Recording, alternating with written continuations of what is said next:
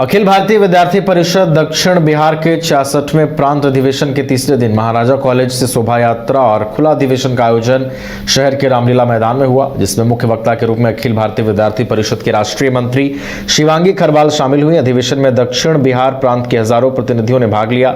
मुख्य वक्ता शिवांगी खरवाल ने कहा कि बिहार प्रदेश में शिक्षण संस्थानों में रिक्त पदों पर नियुक्ति शीघ्र प्रारंभ होनी चाहिए। इसके लिए आधारभूत संरचना बनाकर सरकार को एक्टिवनेस बढ़ानी होगी और काम करना होगा।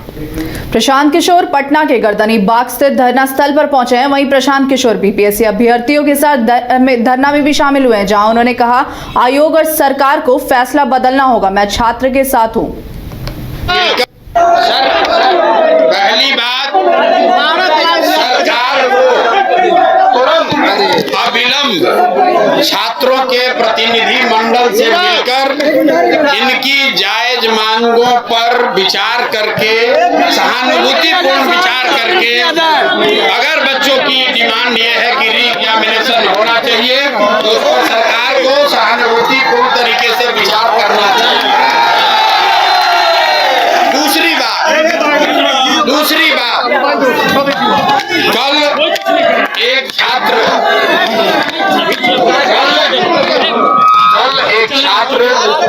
की दुखद आत्महत्या किसी एक छात्र ने कर ली है। मैं सरकार से ये मांग करना चाहता हूँ कि आज हम लोग के लोग, प्रतिनिधि मंडल के लोग उनके घर गए थे। बहुत गरीब घर का वो बच्चा था। सरकार को अविलंब कम से कम 10 लाख रुपए की राशि उस बच्चे के लिए स्वीकृत करनी चाहिए। खबर राजधानी पटना से है, जहां ट्रैफिक पुलिस ने वाहनों पर सरकारी विभाग और पदनाम के अलावा वीआईपी लाइट लगाकर दुरुपयोग करने वाले वाहन मालिकों के खिलाफ बड़ी कार्रवाई की है। कार्रवाई के बारे में पटना के ट्रैफिक एसपी ने जानकारी देते हुए बताया कि 50 से अधिक वाहन मालिकों के खिलाफ कार्रवाई करते हुए नंबर प्लेट, वीआईपी लाइट समेत कई चीजें बरामद की गई है। ये जैसा आप सब लोग जानते हैं कि कल 25 दिसंबर 2024 को पटना वासियों के द्वारा हर्षोल्लास से क्रिसमस का पर्व मनाया जा रहा था, परंतु इसी चीज़ का फ़ायदा उठाते हुए कुछ असामाजिक तत्वों के द्वारा भी जो उनकी शरारतें हैं वो की जा रही थी। यही सूचना पटना ट्रैफिक पुलिस को मिली। इसी के तहत एक सघन वाहन चेकिंग अभियान मरीन ड्राइव, अटल पथ और बेली रोड पर चलाया गया, जिसके अंदर हमारा मुख्य टारगेट था कि जो वीआईपी लाइट्स, हूटर्स, डोम लाइट्स, काले शीशे लगा करके जो लोग ट्रैफिक नियमों का उल्लंघन कर रहे हैं उन लोगों को हमने टारगेट किया। इसी के तहत 50 गाड़ियों के ऊपर कार्रवाई करते हुए उन सब लोगों के ऊपर शमन की कार्रवाई की गई। साथ ही साथ जो यातायात के नियमों का उनके द्वारा उल्लंघन किया जा रहा था, उनकी लाइट्स तथा उनके जो सरकारी नेम प्लेट का दुरुपयोग किया जा रहा था, उनको खुलवाया गया और शमन की कार्रवाई की गई। इसी में साथ ही साथ 6 ऐसे लोग भी मिले जो कि नशे की हालत में थे। 6 लोगों के ऊपर एफआईआर की गई है, जिसमें से 3 लोग जो थे उनके ऊपर ड्रंक एंड ड्राइविंग की एफआईआर की गई है। उन सब लोगों की एफआईआर जो है वो दीघा थाने में हुई है। वे लोग पटना, कुछ लोग उसमें से पटना के थे, कुछ लोग बाहर जिले से यहाँ पे क्रिसमस के समय पे आए हुए थे।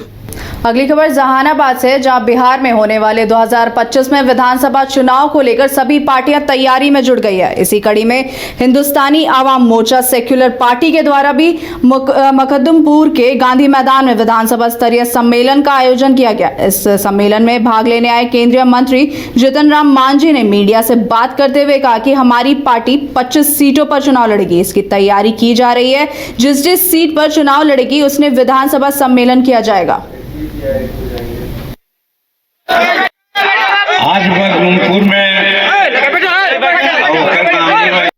चुनाव 2025 आसन्न है और सभी लोग अपना अपना काम शुरू कर दिए हैं। उसी संदर्भ में हमारा हिंदुस्तानी अवाम मोर्चा सेक्युलर का भी विधानसभा स्तरीय एक कार्यक्रम हम लोग शुरू किया है और मखदुमपुर को हम लोग शगुनिया मानते हैं, इसलिए हम लोग शुरू किया है यहाँ ही से। करीब 25-30 विधानसभा हम लोग लड़ना चाहते हैं। इसलिए सभी 25-30 विधानसभाओं में इसी प्रकार का कार्यकर्ताओं का सम्मेलन होगा। पहला चरण। दूसरा चरण में है कि जिस जिला में हमारा विधानसभा होगा, जैसे यहाँ हम मखदुमपुर, जहानाबाद, घोसी 3 क्षेत्र को समझ रहे हैं कि यहाँ से हम लड़ेंगे, तो इसलिए ये तीनों क्षेत्र में हमारा एक कार्यकर्ता सम्मेलन, आम सम्मेलन होगा। और उसके बाद जिला में भी एक होगा जो शायद 19 जनवरी को तय हुआ है, तो करेंगे। इसी तरह से मेरा कार्यक्रम करीब 25 फरवरी तक चलेगा और 25 फरवरी के बाद 28 फरवरी को गांधी मैदान में हम लोग एक महती सम्मेलन करेंगे, जिसमें 1-1.5 लाख आदमी जुटेंगे और वहां पर हम अपने बातों को रखेंगे, जिसमें सरकार को कुछ दिशा निर्देश होगा, कुछ ऐसा हम लोगों का काम होगा, ऐसा प्रस्ताव होगा जिससे कि सरकार को मानना चाहिए, हम लोग मनाना चाहेंगे, वो सब कर रहे हैं और इसी का शुरुआत आज। कल मुजफ्फरपुर जिला में होने वाली मुख्यमंत्री नीतीश कुमार की प्रगति यात्रा को ध्यान में रखते हुए जिला प्रशासन मुजफ्फरपुर की ओर से तैयारी जारी है। इसी क्रम में सीएम कई करोड़ की योजनाओं का शिलान्यास तो करेंगे ही, इसके साथ ही वे 30 करोड़ की लागत से बने वृहद आश्रम गृह का सौगात भी देने वाले हैं।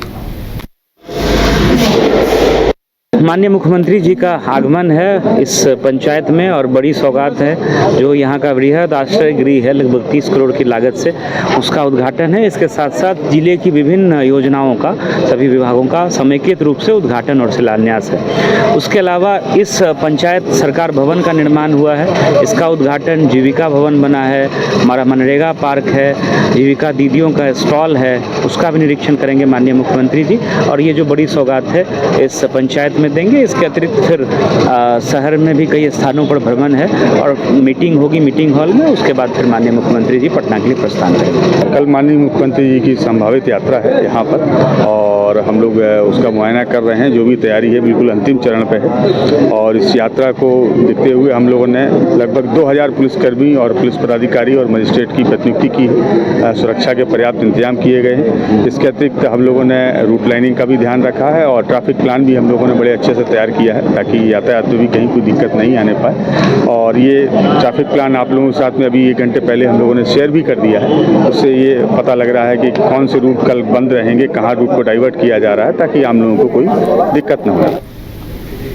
नवादा सांसद विवेक ठाकुर ने प्रेस वार्ता की। इस दौरान उन्होंने कहा कि एनटीपीसी के इंजीनियर न्यूक्लियर पावर प्लांट का हरदिया डैम का निरीक्षण करने पहुंच गए हैं। अगर सब कुछ ठीक ठाक रहा तो आने वाले दिनों में देश का दूसरा न्यूक्लियर पावर प्लांट रजौली के हरदिया डैम में बनेगा, जिससे नवादा वासियों को एक बड़ी सौगात मिलेगी और रोजगार भी मिलेगी। उन्होंने आगे कहा कि 2012 से लंबित यह मांग 2025 में फिर से स्पष्ट सर्वे किया जा रहा है।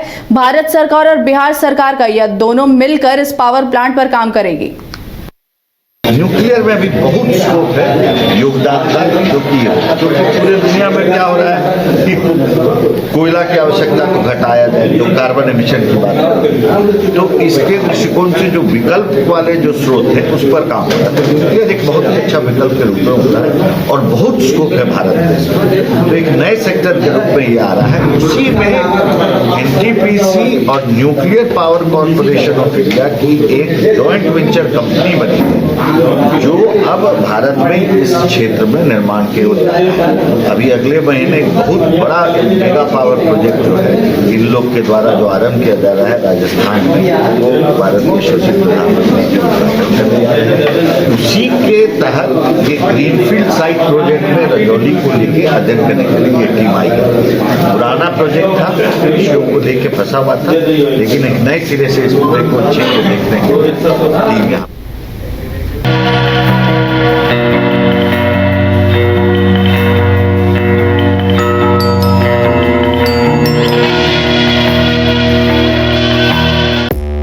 5 राज्य, 61 शहर, 150 प्रोजेक्ट और एक वास्तु विहार। नई सोच, नया घर। बनाए रखिए अपना प्यार, सेवा में है वास्तु विहार।